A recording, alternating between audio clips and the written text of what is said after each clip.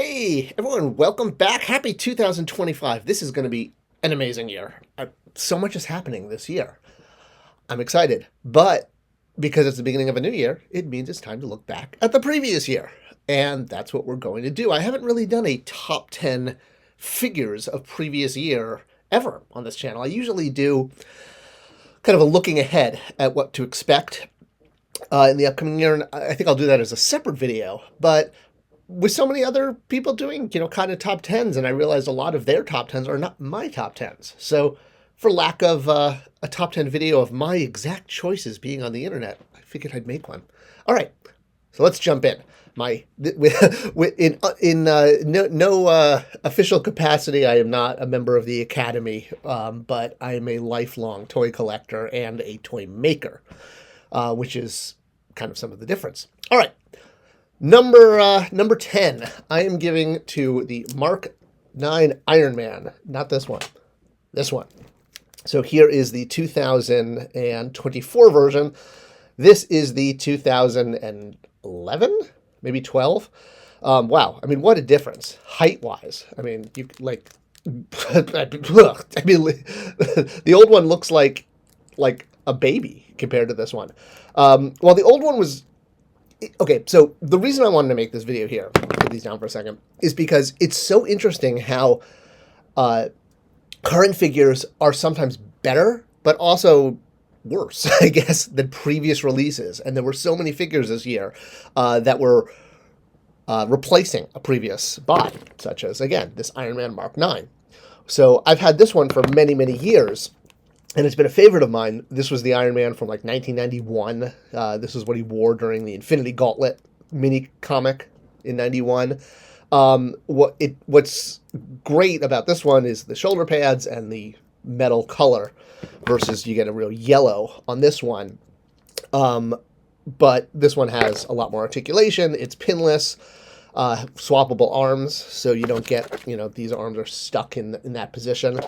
And this is my Iron Man, and it's very comic booky with the yellow and the red versus the gold. But there have been people who haven't liked this one, but I think it's a really solid Iron Man. All right, number 9, I'm giving to the Halloween figure of the year, Jack-o'-lantern. While there was no Build-A-Figure piece in this retro wave, and that's definitely really disappointing me that we are being sort of weaned off of Build-A-Figure pieces. Like there's a wave coming out in 2025 that are going to be mini comics because paper is like the cheapest accessory you can possibly do. There were I think Hasbro did a piece of a Ghostbuster figure of, I want to say, Winston, that was only accessory was like a newspaper that was just a piece of paper. So yeah, anytime you can put paper with a figure and count it as an accessory, you're saving a lot of money. This guy, though, spared no expense. Removable pumpkin bomb that can actually go in his hand or on his belt there. And he's got his top spinner thing, and it fits perfectly. He didn't win the in the stand, so that's an existing part. I really like this figure. It's much better. I don't even have the previous Jack-o'-lantern because it was like a modern version and it was really skinny and weird. Came out in 2009, I want to say. No, it had to be 2011 because that's when they switched to the new boxes. All right, Jack-o'-lantern. All right, next up, continuing our redo, Kazar. Kazar? However you're going to pronounce him. So I'm a big fan of jungle books, like Edgar Rice Burroughs' Tarzan books. His Pellicular, the Center of the Earth. There's actually a crossover. Tarzan goes there. Love crossovers in old books. But yeah, this Kazar is so much better than the previous one. So he's only had 2 Marvel Legends. The previous one here was in a box set from San Diego Comic-Con. And, I mean, you can see the skin tone is much lighter. It's amazing, though, that this one, the new one, looks like a more expensive figure, as opposed to that previous Iron Man one that looked like he was losing deco. This Comic-Con one is kind of a sort of a cheap-looking figure. He does have more sculpted details around the leg. He's got the bone knife there, not removable, but he does have the other knife does fit there. Kazar, the new one does have a removable knife on the back. But yeah, easy to replace and easy to upgrade. And the other thing is that he came with his maid, Shayna. Will we get another one? This was a repaint of the She-Hulk figure from the Red Hulk Target wave. No, I'm sorry, the Fin Fang Foom wave.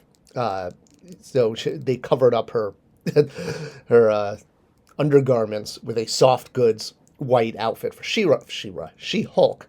But the mold got reused, rightfully so. Will we get another version? Because skin tone, she matches the old one. But not so much. They kind of don't look, you could get away with it, but it'd be nice to get a new one. Especially because we also got, number 7, an amazing Zabu. Now, I wasn't sure if I was going to get Zabu, because I didn't want all the figures in that wave. But I kept seeing reviews over and over again of how great this figure was, and yeah, I'm really impressed. I mean, that is a really nice cat-looking figure. Articulation on the jaw, articulation, in the body. My only issue is I had a bit of a paint. I don't know if you can see on the bottom there. Oh no, you can't see. Yeah, there it is. So there's like a bit of a paint issue on the back foot. That one. All right, not a big deal, but yeah, I actually redid my my X-Men display just to put this cat in the front because it's such a good-looking figure. All right. Going down the list, next up is a bit of a surprise one. Dracula, Prince of Darkness. All right, so why Dracula? So I think most people know I really only collect Spider-Man and X-Men figures. Well, I'm a big fan of books, too, and Dracula is one of my favorite books. If you've never read Dracula, it's an amazing book. It's not what you expect. Not only does it go over all vampire lore, but it's made up of a combination of letters and journal entries. It's not like a straight story. It's like newspaper articles and journal entries all combined together, and it's explained in the story why they're combined later on. But it's one of my favorite books, and I can't pass up a really cool, badass-looking Dracula figure, especially because I'm a huge Castlevania fan on Nintendo. My previous favorite Dracula was this guy here. He was on my shelf next to my Dracula book, but I may replace him with this new Vlad. So, yay. So, yeah, another replacement, but a completely different line and a completely different figure. Boy, there's definitely a theme going on. All right. Yet another replacement figure that I thought was great. Tombstone. So, this was the previous Tombstone. So, again, we're getting a major height difference. I mean, not as big as that Iron Man one, but still. Now, this Tombstone I got because I think a lot of people know I'm a big Darkhawk fan. And in Darkhawk, Heart of the Hawk, which was issues like 11 through 16, Tombstone ripped out Darkhawk's amulet. And it was close to this version. It was the one without an open shirt. I was really hoping they would do the closed shirt version. This is actually sculpted. It's not just painted. There's a sculpted detail where the shirt is open there. You can see the scribe line. I was a little disappointed they did this version, because again, such a little difference. If they just closed up the shirt, would have been like my Tombstone. But then they came out with this one. All right, not only is the face so much better, I mean, look at the skin colors, the correct white. He's supposed to be white, not blue. The old one had kind of blue skin tone.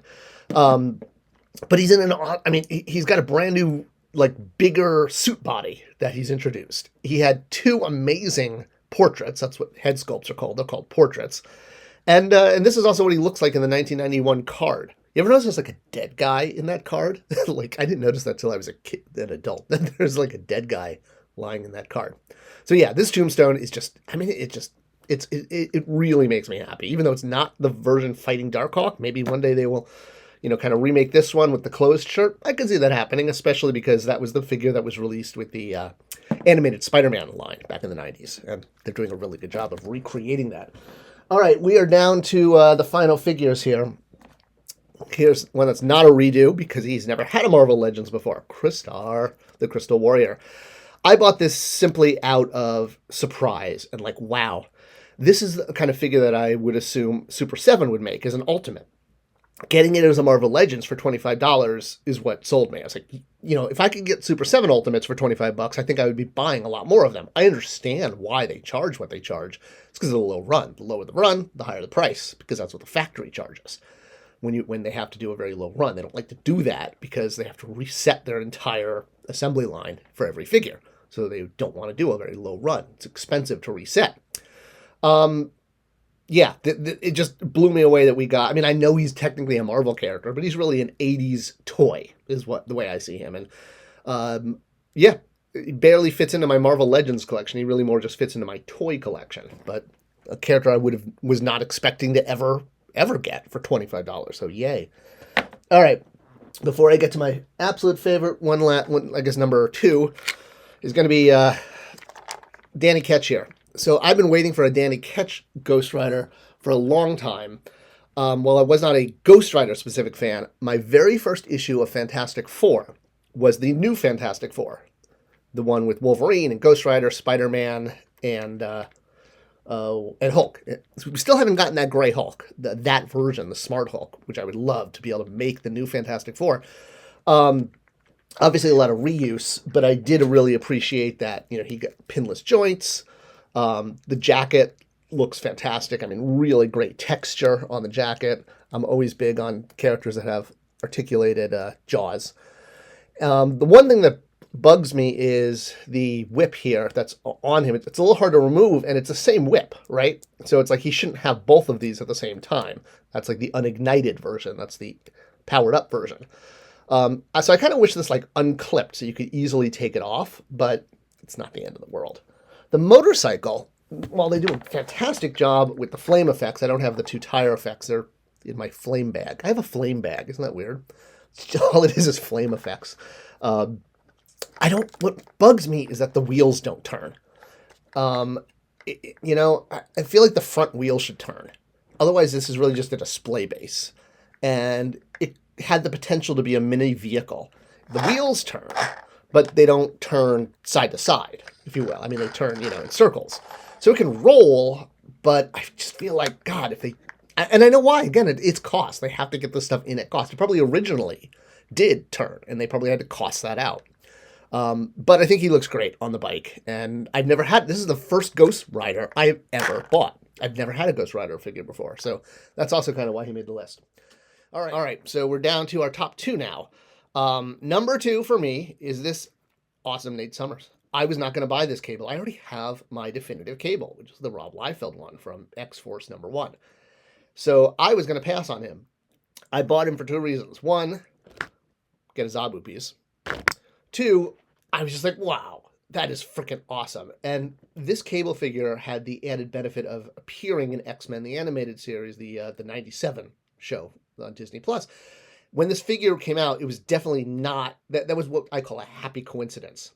So you basically had Cable wearing this outfit in content that wasn't planned, which is why this figure just, boom, like sold out. I wound up buying 2 of these, one for my X-Men shelf and one for my kind of everyday fun toys. I don't have many repeat figures on my shelf. So Cable is now one of like 3 figures that has a repeat. I think I have 2 Logans and maybe 2 Jean Greys, because I have the version from the Hellfire Club and her regular kind of 90s version. All right, number one Marvel Legends for me of the year, She-Hulk. This is an unbelievable She-Hulk figure. The colors, I mean, just pop. I know that she's got this like very, bright green kind of like, Demo Man here, but it really works for her. I love that she comes with a smashed gun. I love that she's so much taller. I mean, look at her even just compared to Iron Man. And she's a basic figure that shipped in the same wave. Even, a tall character like Cable, she towers over him. To me, that is awesome because so many She-Hulks we've had have just been the wrong height. They don't make her big enough. They kind of skimp around. Looking at another one on the floor over there. I can't reach at the moment. So yeah, that makes I can't stop like posing her and putting her places. I think she's a fantastic figure. I bought her for my Infinity Gauntlet set. So this is the outfit, more or less, that she wore in the Infinity Gauntlet miniseries. It's a little slightly different, but yeah, I'm really I wasn't expecting, this was not a figure on my list, but I saw it. I was like, wow. And to me, that's what's most exciting for me, are the figures that I haven't put on my pre-buy list. And, these all represent that. Like, I did not have Dracula or Capcom Cable or She-Hulk on my list, but I bought them because they were so good looking. All right. Those are my top 10s tied into my childhood, tied into figures I bought, comics I collected, and books I've read. What are yours and why? What makes them your top 10? Is it because you've always wanted those figures? Were you surprised and bought figures you didn't think you'd get? Let me know in the comments below. Love to discuss. As always, thanks for watching, thanks for sharing, and I'll see you guys in the next video.